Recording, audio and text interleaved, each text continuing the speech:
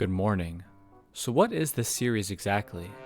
Well, after my dozen or so times of playing through the Pirate101 story, I realized I haven't really ever read the dialogue. Sure, I know major plot points, but I was never enriched by all the dialogue and story this game has to offer. So that is what we're doing today, and for the next few months. I started a new privateer with the explicit purpose to read all the dialogue of the main story and truly learn why it is what we do. Sit back, relax, as we head into the story of Pirate101, experiencing the nuances you may have overlooked, and endure potential side rants about the relevance to today's world. If you like this format, please consider subscribing, commenting, and liking to show me you're enthralled by the Pirate101 story like I've been. Without further ado, let's sit by the fire and get started.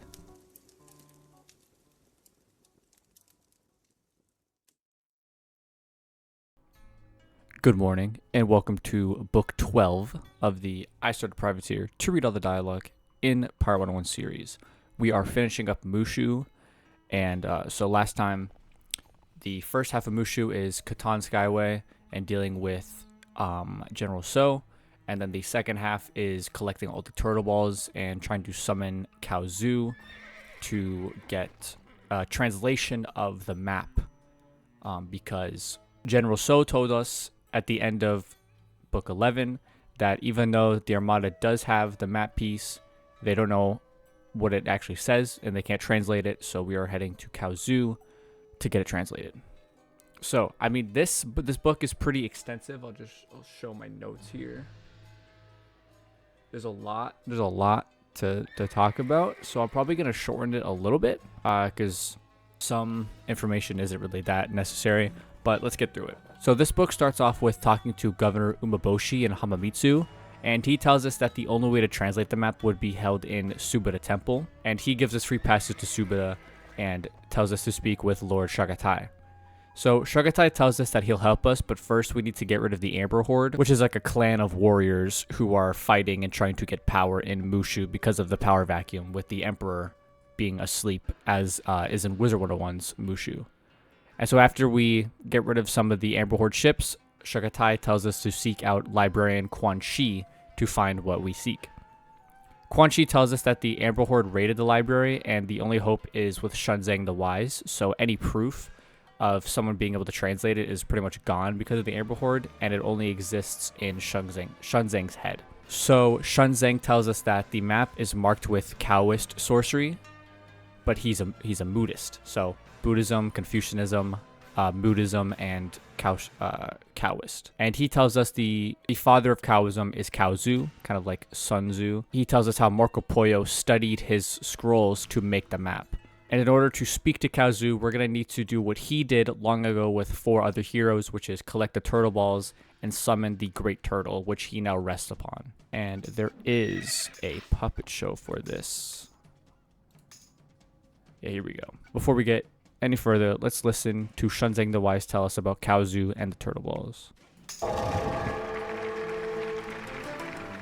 When the mountains were but hills and the skies were still young, there was a sage, even wiser than I, Kaozu, father of Taoism.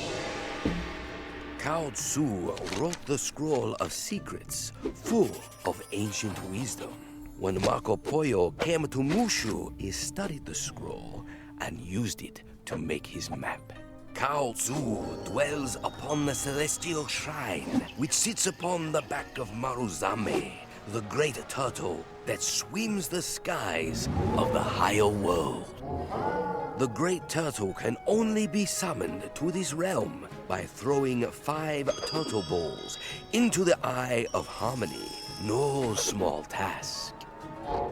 I, Shunzang, once visited the celestial shrine.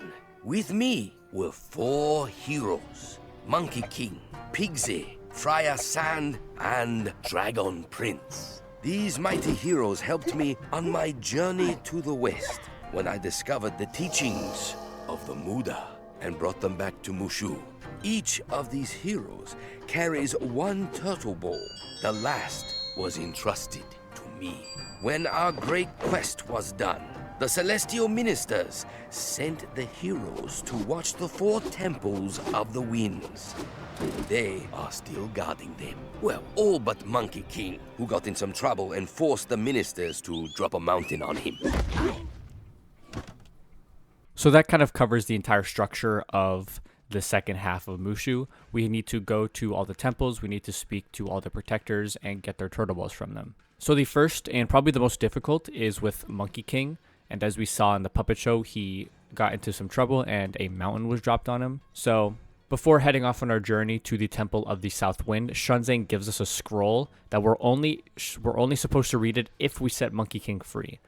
And so once we go to the Temple of the South Wind, we find Monkey King under the mountain imprisoned, and he tells us that if we set him free, we'll give him the turtle ball. His first strategy to get him out of the prison cell is to knock out his prison guard, Hattori Hanzo, but as a pig, and steal the key. Obviously, this doesn't work because Hattori has seen it coming. We're not the first person to try and break him out. And then Monkey King suggests that if we can get him back his golden staff, then he could break the prison cell and be free.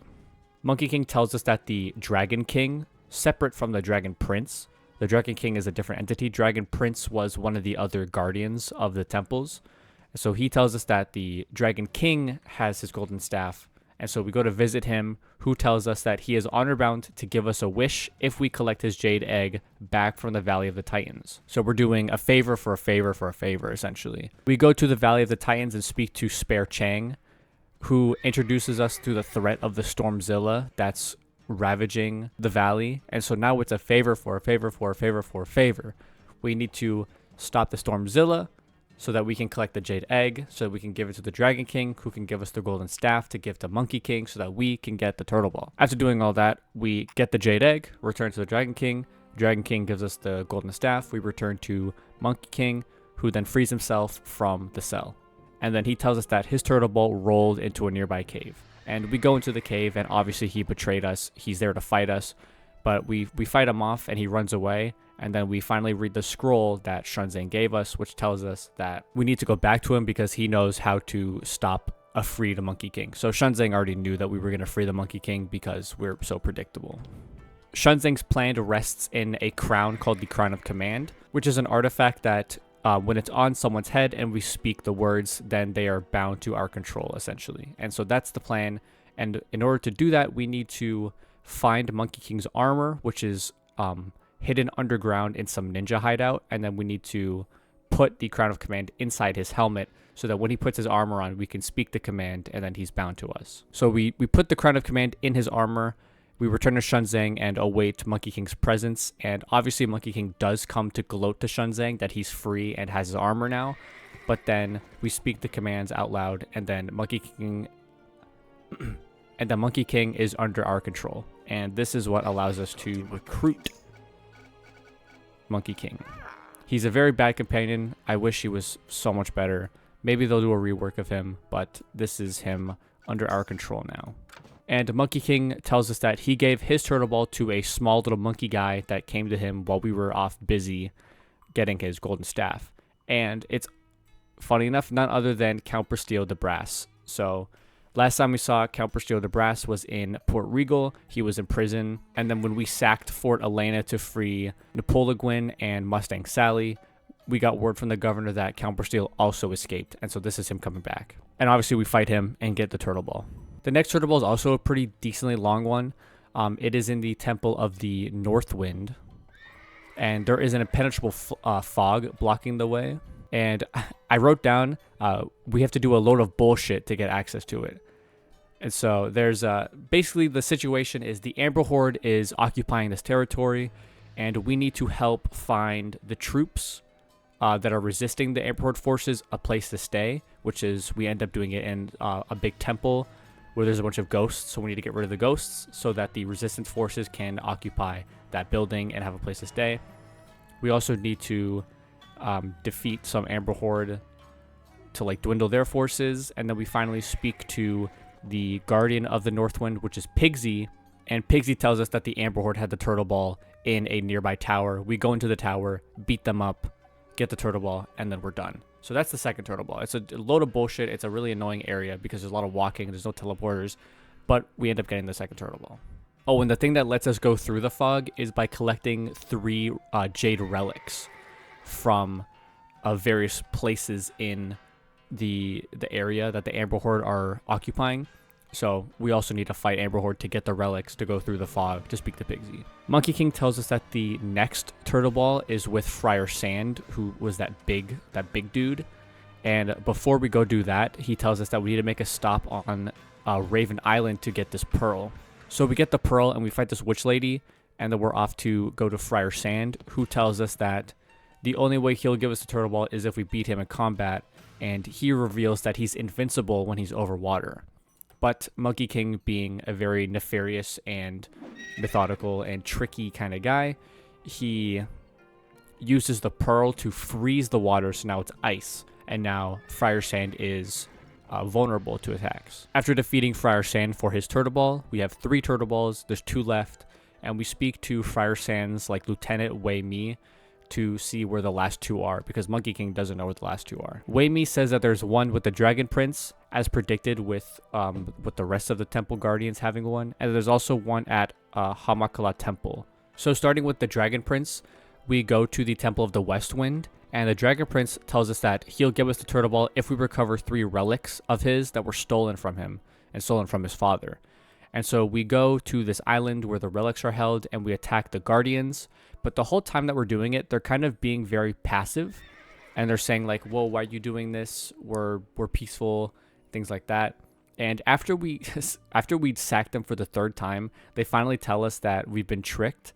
And they tell us to speak to their leader. And he tells us that the Dragon Prince was basically transformed into a Kirin, and someone else took over the Dragon Prince identity. So we go back to the Temple of the West Wind to fight the fake Dragon Prince, who reveals himself to be Lopan. So we fight him and then return to the leader of that island that we were sacking the relics from, and he tells us some ingredients to return the real Dragon Prince back to his Dragon Prince form.